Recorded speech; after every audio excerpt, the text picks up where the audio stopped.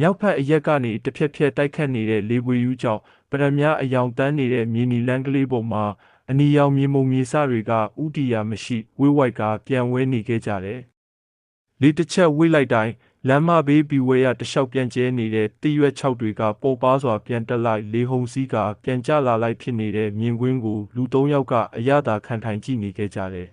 ။အဲ့ဒီလူတွေကတော့စာဖတ်သူတွေရဲ့အချစ်တော်၃ယောက်ဆိုတာမပြောလဲသိကြမယ်ထင်ပါတယ်။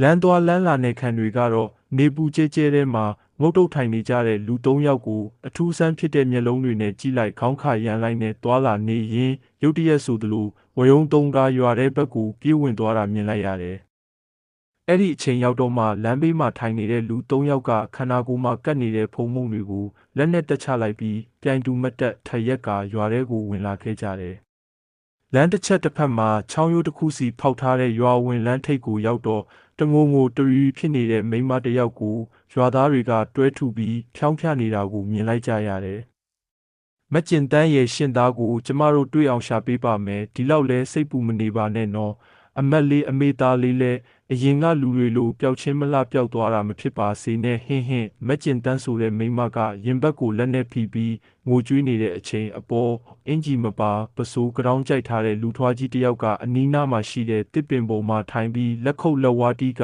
ရေမောနေတာကိုအောင်မြတ်တာတို့၃ယောက်မြင်တွေ့လိုက်ရတဲ့ဆရာအပင်ပေါ်ကအကောင်ကဘာကြီးလဲသူများဒုက္ခရောက်နေတာကိုသူကပြောနေရတဲလို့ထားလိုက်ပါဒီနေရာမှာလူတွေရမ်းများနေတဲ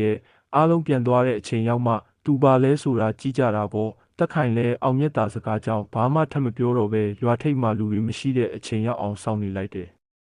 အတန်ကြာတော့ငိုတဲ့မိမလဲမောသွားဟန်နဲ့အားအင်မရှိတဲ့ခြေလမ်းတွေနဲ့ရွာထဲကိုဝင်သွားတဲ့အချိန်တစ်ပင်ပေါ်မှာထိုင်နေတဲ့လူထွားကြီးကအောင်မြတ်တာတို့၃ယောက်ရှိရာဘက်ကိုမျက်စောင်းထိုးကြီးကပျောက်ကွယ်သွားခဲ့တဲ့ဆရာဒီကောင်ပျောက်သွားပြီးဘာဆက်လုပ်ကြမလဲလူရိတ်လူချေပြက်ပြီးဆိုတာနဲ့ဒီကောင်ကိုခေါ်ပြီးမေးရမှာပဲမင်းတို့နှစ်ယောက်ကလူသွားလူလာအခြေအနေကိုစောင့်ကြည့်ထားငါကိုယ်တိုင်ခေါ်မေးဦးမယ်အောင်မြတ်တာကစကားအဆုံးမှာကိုက်90လောက်ကွာဝေးမှရှိနေတဲ့စိန်ပန်းပေအောက်ကိုသွားပြီးပင်စီကိုလက်ခောက်နဲ့၃ချက်တီးလိုက်တယ်ဆိုရင်ပဲထိတ်ဆုံးမှရှိနေတဲ့အကိုင်းပေါ်ကနေစောက်ထိုးဆင်းလာတဲ့လူတစ်ယောက်ကိုမြင်လိုက်ရတယ်။တင်ရောက်လာပြီလားလက်ဆက်သက်တော့မင်းဖြစ်နေတာကိုခုနတဲ့ကမင်းတို့ပုံစံကြည့်ရတာမယိုးဘူးလို့ထင်နေတာအခုတော့ငါထင်တဲ့အတိုင်းမှန်နေတာပဲအဲ့ဒါတွေအသာထားပါအခုလောလောဆယ်တင်ကဘာတူလဲဆိုတာကြုတ်သိချင်တယ်ငါကဒီစိန်ပန်းပင်မှာနေတဲ့သူပဲရွာထဲကလူတွေကတော့ဥလူပြောလို့ခေါ်တယ်ဥလူပြောကဘာလို့သူတစ်ပါးစိတ်ဆင်းရဲနေချိန်မှာပျော်ရွှင်နေရတာလဲဟဲငါကလူဘဝတည်းကသူတစ်ပါးကိုဆန်းနောက်ရတာအယမ်းဝါသနာပါတယ်ငါကြောင့်တခြားသူစိတ်ဆင်းရဲတာကိုကြည်ပြီးပျော်ရတာလဲဒုက္ခတစ်မျိုးပဲဒါဆိုခုနကအမျိုးသမီးရဲ့သားကိုတင်းဖွဲ့ထားတာလားဟုတ်တယ်ဒီကောင်ကကျုပ်ပင်အောက်မှာခွင့်မတောင်းပဲအညစ်အကြေးစွန့်ခဲ့လို့အိပ်ပျော်အောင်လုပ်ထားတာအခုသူဘယ်မှာလဲဆိုတာပြောပါဦးမင်းတို့ကိုကြည့်ရတာအစွမ်းစားရှိတဲ့ဆရာတွေလို့မြင်တယ်ဒါကြောင့်ငါမလိန်တော့ဘူးမင်းတို့တွေ့ကျင်နေတဲ့ကောင်ကအပင်နောက်မှာရှိတယ်ဦးလူပြောစကားကြောင့်အောင်မြတ်တာကစိန်ပန်းပင်အနောက်ကိုပတ်ကြည့်လိုက်ရလုံကြီးကိုခြုံပြီးအိပ်ပျော်နေတဲ့ဆယ်ကျော်သက်လူငယ်တယောက်ကိုမြင်လိုက်ရတယ်ဟေးနေဦးအခုချက်ချင်းမနိုးသေးနဲ့ငါသူ့ကိုမှတ်လောက်အောင်ပညာပေးထားသေးတယ်ဦးလူပြောကသူ့ကိုဘလို့ပညာတွေပေးထားတာလဲပြောပါဦးအခုဒီကောင်အိမ်မက်ထဲမှာကြားလိုက်ကြိုက်လို့ထွက်ပြေးနေရတာပြေးလက်စနဲ့ဆက်ပြေးပါစေဦးဟဲဦးလူပြောစကားကြောင့်အောင်မြတ်တာလက်ကိုပိုက်လိုက်ပြီးကဲဦးလူပြောခမားလဲသူ့ကိုဒီလောက်6လန့်ပြီးပြီဆိုတော့ပြန်လှုပ်ပေးလိုက်ပါဗျာသူ့မိခင်လဲစိတ်ပူနေရောပေါ့ဟေးမင်းတို့ရောက်လာလို့ပေါ့နောက်ဆိုတညလောက်ပြေးထားတယ်ဦးလူပြောကအောင်မြတ်တာကိုမကြေမချမ်းတဲ့လေတံနဲ့ပြောပြီးအိပ်ပျော်နေတဲ့လူငယ်ရဲ့တင်ပါကိုခြေထောက်နဲ့ပိတ်ကန်ကဟိတ်ကောင်ခွေးမှတားထားတော့နောက်တစ်ခါဆိုဒီထက်ပိုဆိုးမယ်မတ်အဲ့ဒီတော့မှအိပ်ပျော်နေတဲ့လူငယ်ကနိုးလာပြီးဘေးဘီဝဲရာကိုပြူးပြဲကြည့်ကကြားတွေကျွန်တော်အနောက်ကလိုက်နေတယ်ကျွန်တော်ကြိုက်တက်ခံထီတော့မယ်ထင်တယ်ဟိတ်ကောင်လေးတတိထားဆန်းမင်းအိမ်မက်နေတာဖြစ်မှာပါအောင်မြတ်တာစကားတန်ကြောင့်အိတ်ချင်မှုတူဖြစ်နေတဲ့လူငယ်ကပတ်ဝန်းကျင်ကိုဝေးဝိုက်ကြည့်လိုက်ပြီးဟင်ဒါရွာထိတ်ကစိန်ပန်းပင်ကြီးပဲတော်သေးတာပေါ့ဗျာကျွန်တော်အိပ်ပျော်ပြီးအိမ်မက်ဆိုးတွေမက်နေတာဖြစ်မဲ့မင်းဒီအပင်အောက်မှာအညစ်အကြေးစွန့်ခဲ့တယ်မဟုတ်လားအပေါ်အရန်သွားခြင်းနေလို့စွန့်ခဲ့မိတာပါအေးနောက်တစ်ခါဆိုရင်အပင်ကြီးတွေအောက်မှာအညစ်အကြေးမစွန့်မိအောင်တတိထားမထိန်နိုင်လို့စွန့်မိရင်လည်းတောင်းပန်ရတယ်ကွာဟုတ်ကဲ့ကျွန်တော်လည်းမသိလို့ပါဗျာနောက်မှလုပ်တော့ပါဘူး အခုချက်ချင်းမင်းလုပ်ခဲ့တာတွေကိုပြန်တောင်းပန်လိုက်အောင်မြတ်တာစကားကြောင့်လူငယ်ကလက်အုပ်ချီကသူမားပါတယ်ဆိုတဲ့အကြောင်းတောင်းပန်လိုက်တော့မှဦးလူပြိုကျင်းနဲ့သွားပြီးအပင်ပေါ်ပြန်တက်သွားခဲ့တယ်။အောင်မြတ်တာတို့လည်းဖွက်ခံထိထားတဲ့လူငယ်ကိုခေါ်ပြီးရွာထဲဝင်လာတဲ့အချိန်ဟိုမာငထိန်မဟုတ်လားမကျင်တန်းရီခမည်းသားပြန်ရောက်လာပြီးရွာသားတွေရဲ့ဝမ်းသာအားရအော်လိုက်တဲ့အတန်ကြောင့်ငထိန်ဆိုတဲ့လူငယ်ကကြောင်းတောင်းဖြစ်ကကြည့်လိုက်ပြီး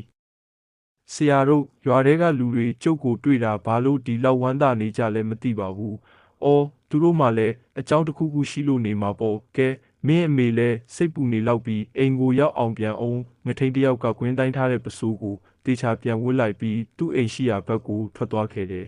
။အဲ့ဒီအချိန်အောင်မြတ်တာတို့အနာကိုအသက်60အရွယ်လူကြီးတယောက်ရောက်လာပြီးဒီကလေးကိုဘယ်ကပြန်တွေ့ခဲ့တာလဲအမှန်တိုင်းပြောရရင်တော့ဒီကောင်လေးကစိန်ပန်းပင်အောက်မှာခွင့်မတောင်းမဲ့အညစ်ကြေးစွန့်ခဲ့မိလို့အဆောင်အကျက်တွေကဖွက်ထားကြတာပါ။အော်လက်ဆက်တော့ဒီလိုလားမက်ကျင်တန်းကတော့အရန်ကန်ကောင်းတာပဲသူသားသူစီပြန်လာတာမြင်ရင်ဘလောက်များပျော်ရှာမလဲ။မသိပါဘူးငါတို့ခပြတော့အဖားတို့ကဘာဖြစ်လို့လဲအဖားတို့လည်းကျင်တန်းလို့အဖြစ်မျိုးကြုံခဲ့ဘူးတယ်လွန်ခဲ့တဲ့နှစ်ပေါင်း30လောက်ကဆိုအဖရဲ့သားအကြီးဆုံးကနွားချောင်းသွားရင်းလူရောနွားရောပျောက်ချင်းမလားပျောက်သွားခဲ့ဘူးတယ်ဟင်းလူရောနွားရောပျောက်သွားတာလားဟုတ်တယ်လူလေးနွား10ကောင်နဲ့အဖသားကအစနာတောင်ရှာမရပဲပျောက်သွားခဲ့တာဒါကြောင့်ကျင်တန်းကကန်ကောင်းတယ်လို့ပြောတာပေါ့နေပါဦးအဖပျောက်သွားတဲ့သူကတခုခုများအမှားလုံးမိလို့များလားအဖတို့လည်းမပြောတတ်တော့ပါဘူးနားလေတကြွတဲ့သူတွေခေါ်ပြီးကြော့ပွဲပေးတောင်းပန်တာတောင်ပြန်မတွေးခဲ့ဘူးအချို့ဆိုတာသမီဇောနဲ့ယူးကြောင်ကြောင်ဖြစ်သွားကြတာအချို့ဆိုတာသမီဇောနဲ့ဟုတ်လားဒါဆိုဘလို့ဖြစ်မျိုးနဲ့လူတော်တော်များများကြုံခဲ့ကြရတာပေါ့ဟုတ်တယ်လူလေးဒီရွာမှာအဖသားလိုရုတ်တရက်ပျောက်သွားကြတဲ့လူတွေအယောက်20မကတော့ဘူးအသက်60အရွယ်လူကြီးရဲ့စကားအဆုံးမှာတက်ခိုင်တဲ့တောက်ရတို့ပါဇက်အဟောင်းသားဖြစ်ကအံ့ဩသွားခဲ့ပြီးအောင်မြတ်တာကိုလှမ်းကြည့်မိတဲ့အထိဖြစ်သွားခဲ့တယ်အောင်မြတ်တာကတော့တခုခုကိုလေးနက်စဉ်းစားပြီးစိတ်မကောင်းဖြစ်ရပါတယ်ဗျာဒါပေမဲ့ဒီကိစ္စရဲ့စင်မြစ်ကိုသိရင်လူတွေဘာကြောင့်ပျောက်တယ်ဆိုတာကိုခံမှန်းနိုင်မှာပါစကားမဆက်ဒီလိုဖြစ်ရဲ့နောက်ဆုံးဖြစ်ခဲ့တာဘလောက်ကြာပြီလဲအင်းအပခံမှန်းမိတလောက်လွန်ခဲ့တဲ့နှစ်လောက်က10နှစ်အရွယ်ကောင်လေးတယောက်ပျောက်သွားဘူးတဲ့အဲ့ဒီနောက်ပိုင်းဘာတမ်းမှမကြားရတော့ဘူးဟုတ်ပြီဒါဆိုရင်အခုနောက်ထပ်တယောက်မှမပျောက်သေးဘူးပေါ့ဟုတ်တယ်လူလေးဒါနဲ့အပတိရတလောက်ဆိုရင်2နှစ်တခါ3နှစ်တခါလူတွေပျောက်သွားကြတယ်အခုလဲကျင်တန်းသားကအဆန္ဒပျောက်တာမဟုတ်ဘူးဆိုတော့နောက်ထပ်လူတွေထပ်ပြောက်ဦးမယ်ထင်ပါတယ်တိတ်လဲစိတ်ပူမနေပါနဲ့အဖဒီကိစ္စကျုပ်တို့တက်ဆွမ်းတလောက်ကူညီပေးပါမယ်အဖလဲနားလိုက်ပါဦးအေးကွယ်မင်းတို့လည်းတတိတော်ထားကြနော်ဒီကိစ္စကတာမန်ပေါ်သေးမဟုတ်တော့ဘူးအောင်မြတ်တာလည်းနှုတ်ဆက်စကားပြောပြီးထွက်သွားတဲ့အဖရဲ့နောက်ကျောကိုကြည့်ပြီးတခုခုကိုစဉ်းစားမိဟန်နဲ့ငါတို့ရွာထိတ်စိန်ပန်းပင်ကိုထပ်သွားကြရအောင်ဒီကိစ္စကိုဦးလူပြောအနေနဲ့တခုခုသိထားမယ်လို့ထင်တယ်ဆရာပြောတာတဘာဝကြတယ်ကျွန်တော်တို့သွားကြည့်တာမမလောက်ပါဘူးတက်ခိုင်ရဲ့ထောက်ခံစကားကြောင့်အောင်မြတ်တာတို့စိန်ပန်းပင်ရှိရာကိုပြန်ထွက်လာခဲ့ကြတယ်အပင်အောက်ရောက်တော့ပင်စီကိုလက်ခောက်နဲ့တီးပြီးဦးလူပြောကိုခေါ်ဆောင်လိုက်တယ်ဒီတစ်ခါမှာတော့ဦးလူပြောကအပင်ထိတ်ကနေစောက်ထိုးမစင်းလာပဲ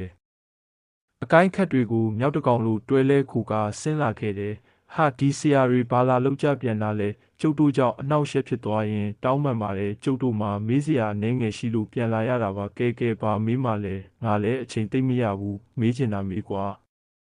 ဦးလူပြောစကားကြောင့်အောင်မြတ်တာကအနားကိုကတ်သွားပြီးဒီရွာမှာလူတွေပျောက်နေတယ်လို့ကြားခဲ့ရတယ်ဒါတွေကဦးလူပြောနဲ့တက်ဆိုင်နေတာတော့မဟုတ်ပါဘူးနော်ဟာဒီဆရာတော့ဒုက္ခပဲရွာတွေကလူတွေပျောက်တာကြုတ်ကြောင်မဟုတ်ပါဘူးသူတို့ဘာသာမသွားတဲ့နေရာမဝင်တဲ့နေရာကိုတွားကြဝင်ကြတာကို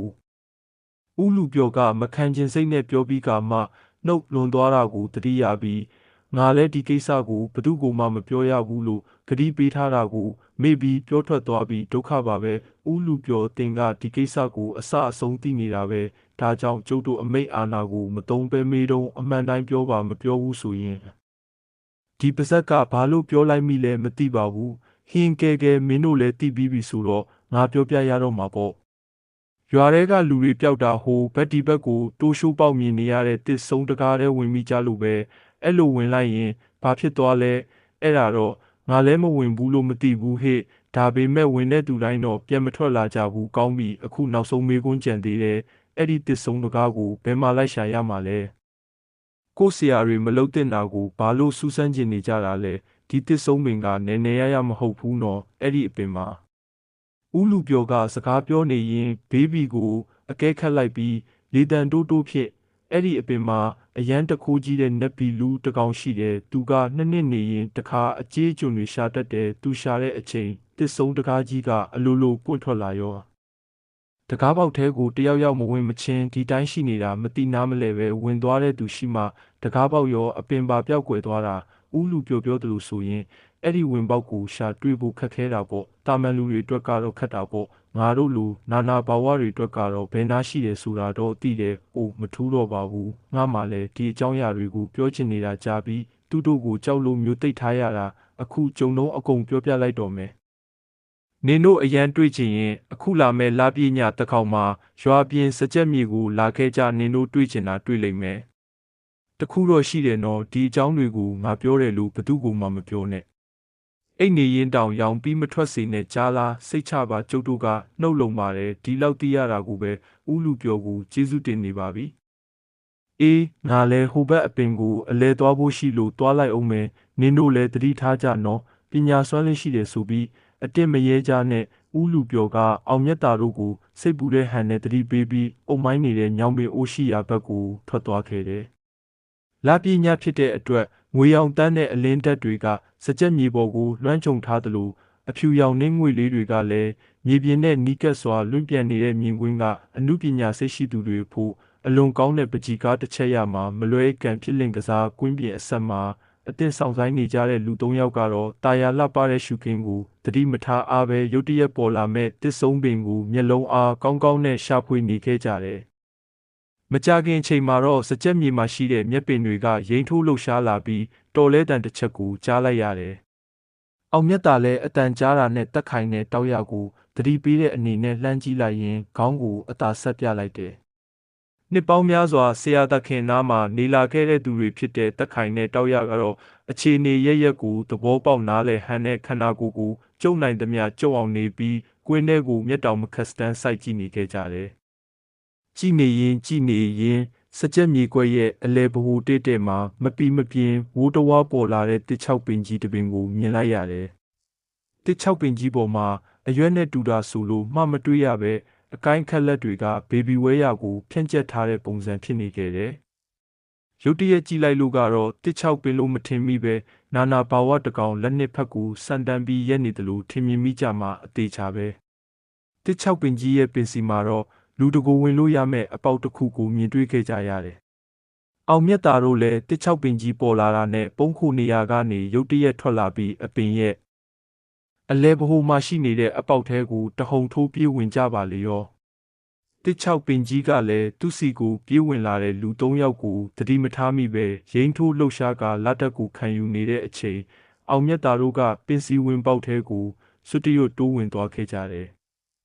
ဟင်းဆရာဒါကဘလို့ဖြစ်တာတောက်ရရဲ့အလန့်တကြားပြောတန်ကြောင့်အောင်မြတ်တာပတ်ဝန်းကျင်ကိုကြည့်လိုက်ရာမျက်လုံးစုမတက်ထိုးကျနေတဲ့နေပူရှိန်ကိုသတိထားမိလိုက်တယ်။ညဘက်အချိန်ကနေရုတ်တရက်ဆိုသလိုနေ့လယ်အချိန်ကိုရောက်သွားတဲ့အတွက်အံ့ဩမှုပေါင်းများစွာနဲ့အနောက်ကိုလှည့်ကြည့်လိုက်တော့ဝင်လာခဲ့တဲ့ဝင်းပေါက်ကိုမတွေ့ရတော့ပဲ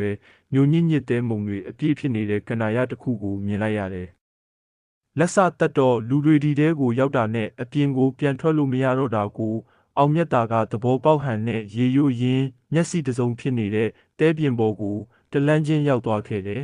။တက်ခိုင်တဲ့တောက်ရကလည်းအောင်မြတ်တာသွားတဲ့နောက်ကိုထက်ချက်မကွာလိုက်ရင်တက်ရှိတူတယောက်များတွေ့လိမ့်မလားဆိုပြီးလိုက်ကြည့်နေတဲ့အချိန်တဲမုံတွေကဒီရေလိုင်းတွေလိုလိမ့်တက်လာတာကိုမြင်လိုက်ရတယ်။အောင်မြတ်တာကတော့တက်ခိုင်တဲ့တောက်ရကိုရှေ့ဆက်မတက်ဖို့လှမ်းတတိပေးပြီးလက်နှစ်ဖက်ကိုစန်တန်းထားတဲ့အချိန်တဲလိုင်းတွေကနေအဆွဲဖွေးသားနဲ့ကြောက်မက်ဖွယ်ကောင်းတဲ့အသွင်ဖြစ်ပြောင်းလဲသွားတာကိုမြင်လိုက်ရတယ်တက်ခိုင်တဲ့တောက်ရမင်းတို့ဘာမှမလုပ်ကြနဲ့သူငါတို့ကိုဘာလုပ်မလဲဆိုတာစောင့်ကြည့်နေလိုက်လုံးဝမခုခံကြနဲ့ဟုတ်ကဲ့ဆရာကျွန်တော်တို့ဘာမှမလုပ်ပါဘူးတက်ခိုင်တဲ့တောက်ရကသူတို့အရှိမဖြစ်တည်နေတဲ့ပုံဆိုးပန်းဆိုးတဲရုပ်လွာကိုကြည့်ပြီးရက်နေတဲ့အချိန်အဆွဲဖွေးသားဖြစ်နေတဲ့ပစက်ကြီးကအောင်မြတ်တာတို့၃ယောက်ကိုဝါမြူသွားခဲ့တဲ့တဲမုံတွေခန္ဓာကိုယ်အနှံ့ကျလာတဲ့အထီးတွေ့ကိုခံစားရပြီးမကြခင်မှာ၃ယောက်လုံးခြားရဟတ်စီးသလိုလဲသွားခဲ့ပြီးမာကြောကြောအထီးတွေ့ရှိတဲ့အပေါ်ကိုပြုတ်ကျသွားခဲ့တယ်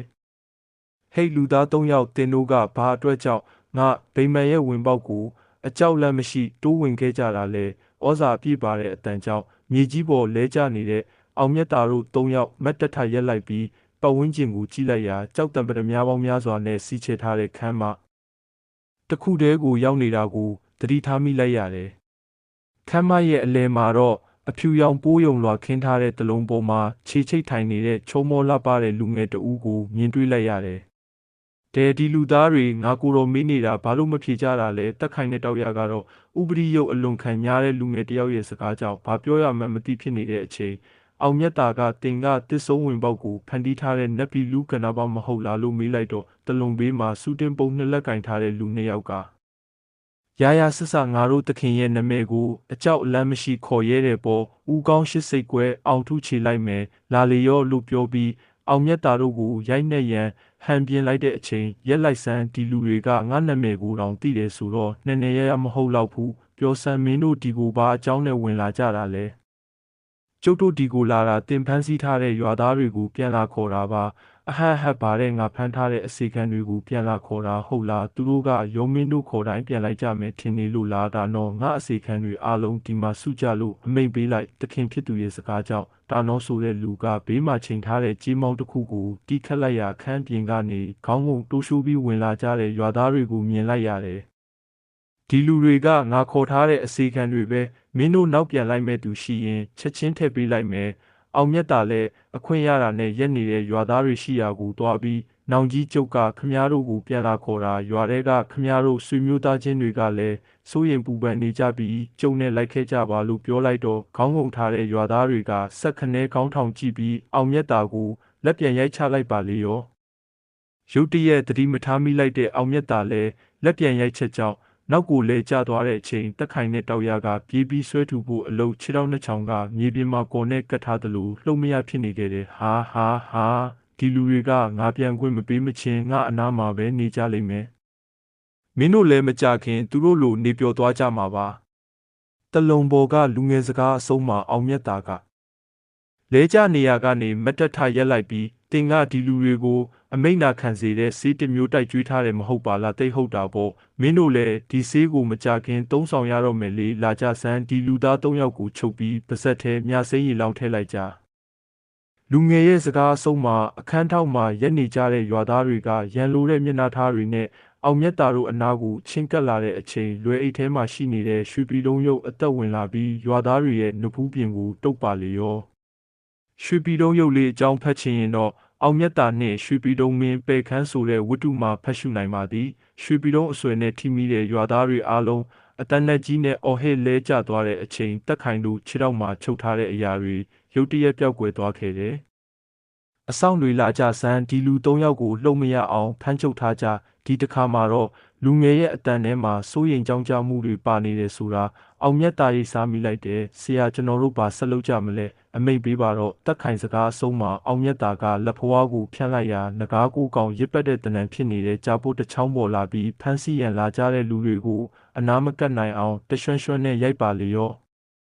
လက်နက်မျိုးစုံကင်ဆောင်ထားကြတဲ့လူတွေကကြာပိုးနဲ့ရိုက်ခံထိတာနဲ့တပြိုင်နက်ဖန်ဆင်းထားတဲ့လူအသွင်ပြောက်ပြီးကြောက်မက်ဆက်ဆုပ်ဖွယ်ကောင်းတဲ့မိမိတို့ရဲ့မူလအသွင်ကိုကူးပြောင်းသွားခဲ့ကြတယ်လူငယ်ကလည်းသူ့လက်အောက်ငယ်သားတွေတယောက်ပြီးတယောက်မထနိုင်ပဲလဲကျနေတာမြင်တော့တလွန်ဆောင်ကိုခြေဖနှောင်းနဲ့ဖောက်ပြီးမတ်တက်ရက်လိုက်တဲ့အချိန်ငွေရောင်တဖိတ်ဖိတ်တောက်နေတဲ့အစင်တန်စာကိုဝတ်ထားတဲ့ဘလူးတကောင်ဖြစ်သွားတာကိုမြင်လိုက်ကြရတယ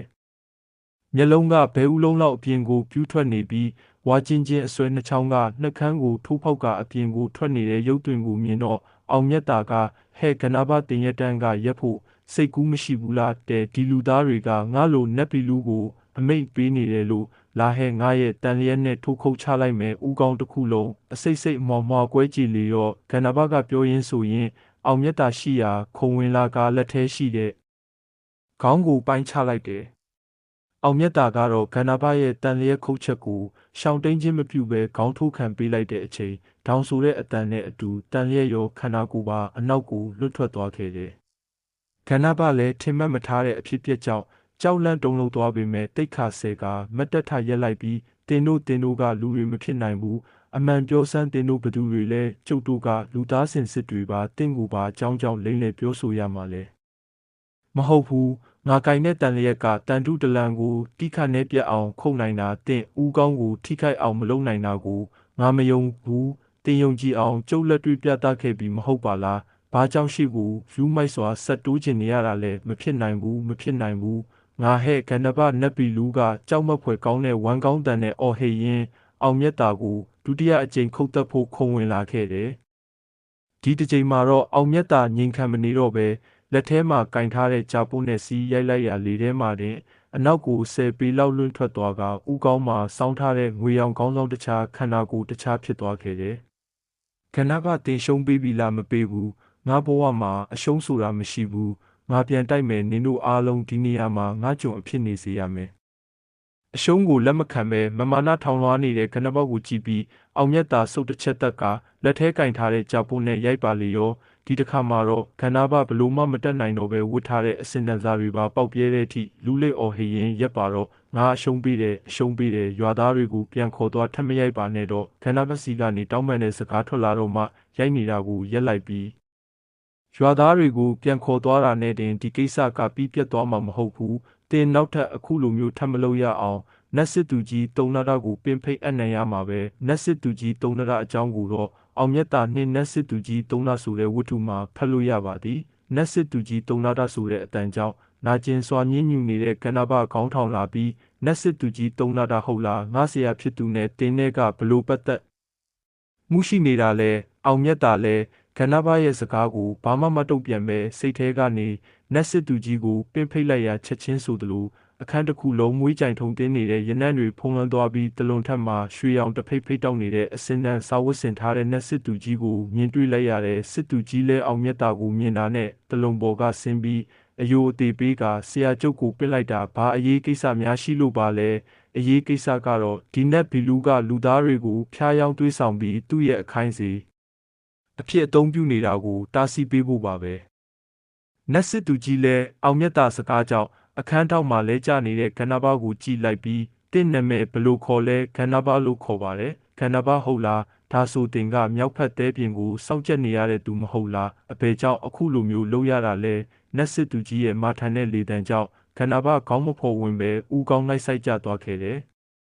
ဆရာကျုပ်နားလဲသဘောပေါက်ပါပြီဒီတက်ကောင်သားကိုနောက်ထပ်အပြစ်တွေမကျူးလွန်အောင်ဆုံးမပေးပါမယ်အလားတူဖြစ်ရမျိုးအခြားတစ်ယောက်ကကျူးလွန်ခဲ့ရင်တောင်ကျုပ်ကိုအချိန်မရွေးခေါ်ဆောင်လို့ရပါတယ်ကောင်းပါပြီနတ်စစ်သူကြီးကျုပ်လဲဒီရွာသားတွေကိုသူတို့ရဲ့နေရက်ကိုပြန်ပို့ပေးရအောင်မယ်ဒါဖြင့်လဲဆရာတို့အခက်ခဲမရှိသွားလာလို့ရအောင်ကျုပ်စီစဉ်ပေးပါမယ်နတ်စစ်သူကြီးလဲစကားအဆုံးမှာတတိလစ်မေမျောနေတဲ့ရွာသားတွေရဲ့ခန္ဓာကိုယ်ကိုလက်နဲ့တက်ချလိုက်တဲ့အချိန်မြင်ကွင်းတွေအလုံးပြောင်းလဲကုန်ပြီးအေးစိတ်နဲ့လေနုအေးကမျက်နှာကိုလာထိခတ်တဲ့အရာတာကိုအောင်မြတ်တာတို့ခံစားလိုက်ရတယ်ဘေးပတ်ဝန်းကျင်မှာတော့ငုတ်စီပေါက်ရောက်နေတဲ့မြက်ပင်တွေအပြင်စကြက်မြေမှာလဲကျတတိလစ်နေတဲ့ရွာသားအချို့ကိုမြင်လိုက်ရတယ်။ဆရာခုနာကခမ်းမထဲမှာတွေ့တဲ့လူတွေကထက်များတယ်လေကျန်တဲ့သူတွေဘယ်ရောက်သွားကြတာလဲဖြစ်သူတို့ရဲ့ဆိုင်ရာနေရာကိုပြန်ရောက်သွားကြပြီလေအခုမြင်နေရတဲ့ရွာသားတွေကဒီအရက်ဒေတာကလူတွေပဲအောင်မြတ်တာစကားကြောင့်တက်ခိုင်တဲ့တောက်ရတို့ခေါင်းတညိတ်ငိမ့်လုံနေတဲ့အချိန်ရွာထဲကနေကျေလောင်စွာတွန်လိုက်တဲ့လင်းကျက်တကောင်ရဲ့အော်တန်ကိုကြားလိုက်ရတယ်လင်းကျက်တန်ကြားတာနဲ့အောင်မြတ်တာတို့၃ယောက်ရဲ့ခြေလမ်းတွေကရွာပြင်ဘက်ကိုဥတီကထွက်လာခဲ့လိုက်တယ်။ရွာထိပ်ကိုရောက်တော့စိန်ပန်းပင်ပေါ်မှာထိုင်ပြီးလက်ခုပ်လက်ဝါးတီကနှုတ်ဆက်နေတဲ့ဥလူပြောကိုချိုမြိန်တဲ့အပြုံးနဲ့နှုတ်ဆက်ကထွက်ခွာခဲ့ကြတယ်။